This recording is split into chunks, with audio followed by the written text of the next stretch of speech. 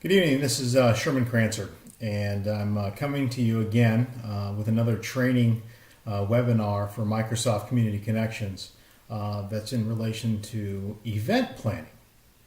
So we've already talked about a lot of the ideas behind putting together your scripts and your presentations and kind of planning some of these things out. But now we're going to get to the actual event. Okay, and we've ran about 30 now. And we've come to the conclusion that you really need to make sure that it's planned very well. And certain things we've gone through, we're hopefully going to be able to impart to you. And this way you won't have to waste too much money. And hopefully you can be in a position where you plan a very successful event and move forward from there. So the very first thing we need to make sure of is that you've actually received and opened your kit from Microsoft Community Connections. Make sure you register the event several weeks ahead of time, so they actually have the opportunity to send it to you. Open the kit. Make sure that you actually have the Office Pro 2013 or the 8.1, depending on what you want to give out as your giveaway. Secondly, you want to make sure you have your surveys together. All the different add-ons, slicks that come together, and the discount cards. The discount cards don't necessarily get a lot of play. However, it's really important to just have that out. What I do is I actually print out color copies of my PowerPoint, and with a PowerPoint presentation, I found that with the color copies it's great. However, the way I do it to minimize the actual cost of the color PowerPoints, especially if you're having 25 slides or whatnot, you print it on the setting where it prints 3 per page and comes with the notes section. I found that a lot of the people who are actually at the presentations are in the position where they like to take notes on the different things. When you're providing lunch, the thing to think about is, how much money do you want to spend? So when we started this all out, we actually went to Baja Fresh first. We thought, oh gosh, I'm going to go ahead and do this. And I really didn't know how to plan. We ended up having 30 people sign up. So I thought, gosh, I need to get food for 30 people because 30 people are going to show up. Rule of thumb is to not buy food for 30 people. Buy food for about 15 people. Baja Fresh was really expensive. It ended up being something like $160, and then you go ahead and buy drinks. You got to get some waters, and you got to get a 12-pack of Diet Coke and a 12-pack of regular Coke or Pepsi.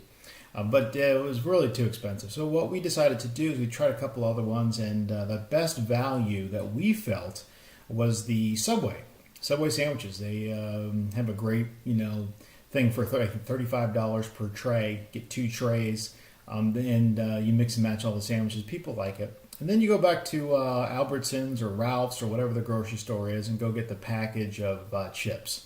It comes with an assortment of 12 bags or 20 bags or whatnot. But we find that, and then we always get some cookies. And if you go to the bakery, get some pretty cheap cookies. Don't get the cookies or the chips from Subway. Otherwise, you're going to be spending $150 to $160. So the plan with the lunch is to make sure that you order it 24 hours in advance. And when you order the actual lunch, you make sure that Subway can deliver the actual lunch to your location. Another tip that we found is when I went out and hauled all this stuff all around, I was running, half hour before the actual seminar to Subway to get the stuff. And then a great Microsoft Community Connections person from the store said, Sherman, what are you doing?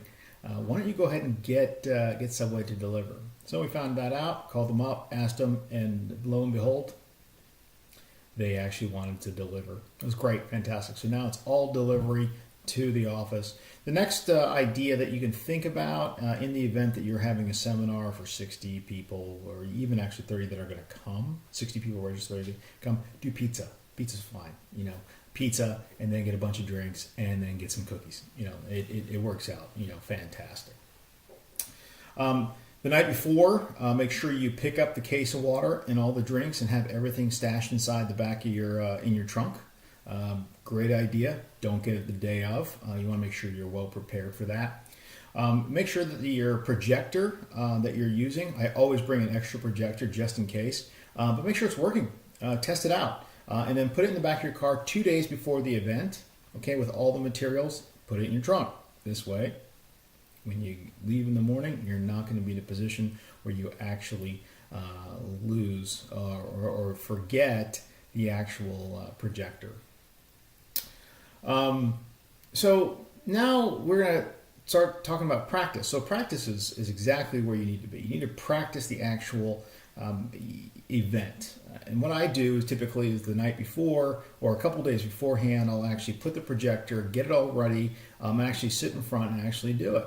And the reason why you want to create your own presentations, like I said in the very beginning, and not just use the canned ones that are the ready-to-go marketing site, is that you want to make sure you know what the talking points are and you're not reading the actual PowerPoints. You need to be able to literally, do the whole presentation without anything.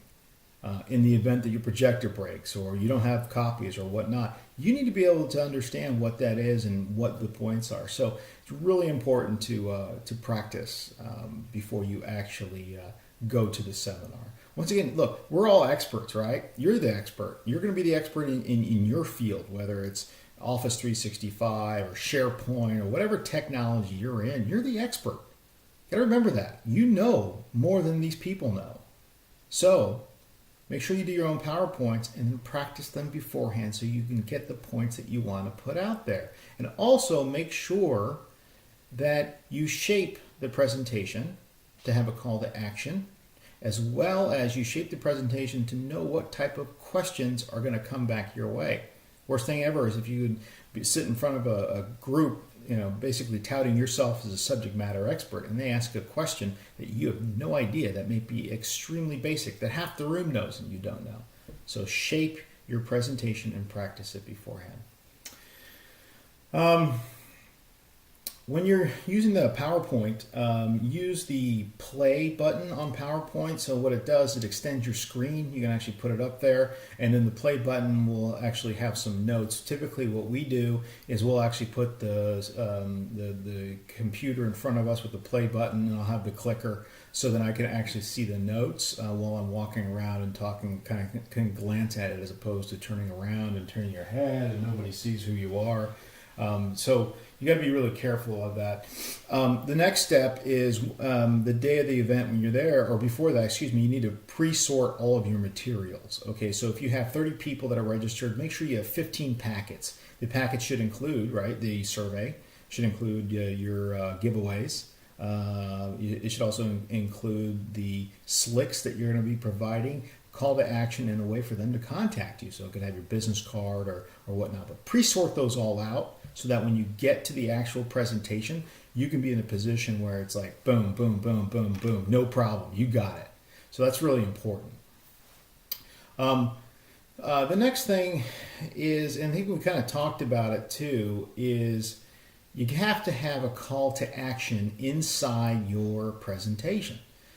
Whether it's, look, the cloud is here. It's gonna, it's already taken place. You have to either adopt it now or you're gonna be adopting it in 2 years. Do you want to be behind? No, you don't. So that's kind of a call to action. Or cybersecurity. Hey, the sky's falling. Oh my gosh, everyone's getting hacked. We need to install a firewall in each one of your businesses. Okay, each business needs to have one. That's another call to action. Put together some sort of free trial. We all have that Office 365 trial, right?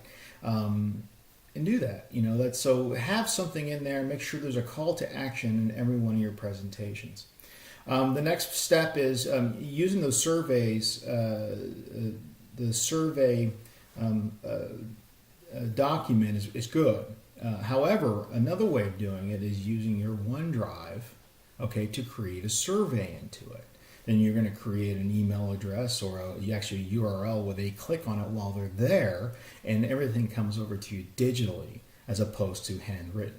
mean, how much of a pain in the butt is it when you do a handwritten one? Now I got to go ahead and take all those emails and put them back together. So the OneDrive is absolutely the way to go, and then it's easier to actually set up your raffle.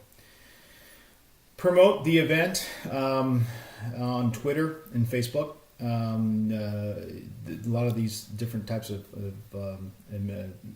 mediums or media things are really helpful. So make sure you do that. And then the last thing that I think is really important is that you have to look at Microsoft Community Connections as a collaboration with the Microsoft Store. Okay, think about this. Call the store up. Each store has a business rep and a Microsoft Community Connections rep, right? Well, they're doing their own events too, but their business is to drive people to their store. Okay, now the other thing to think about is many of these stores have a lot of businesses who go in there and they can't be helped out by the store. Typically, it's a single-use type of situation. What better way to get leads, okay, than to help the store out by driving business their way? What are they going to do the next time they get a lead? Are they going to call you? Absolutely. Especially the Microsoft Community Connections rep that's inside the store. They're booking events. Wouldn't you want to be one of their speakers at one of their events? So call them up, tell them what's going on, say, hey, can you please attend? Can you also bring 3 or 4 Surface Pro 3s? Can you bring some devices? How about those 5% discount cards that I already have, but I want you to bring them, okay? Let's drive some business to you. Let's help each other out. So make sure you call your Microsoft Community Connections rep that's inside the Microsoft Store or your business development rep from the store, the one who actually sells actual devices to businesses. Really important. You got to think of that way. Build those relationships. So that's kind of the steps that we use to put together these events. Hopefully, this can be of great help for you. You can give us a call, 949-680-6671. You can visit our website at www.ipbidders.com, or you can just send me an email. I'd be happy to help you out. info@IP as in Paul, bidders like the auction, BIDDERS.com. All right. Take care. Have a great day. See you in the next webinar. Bye-bye.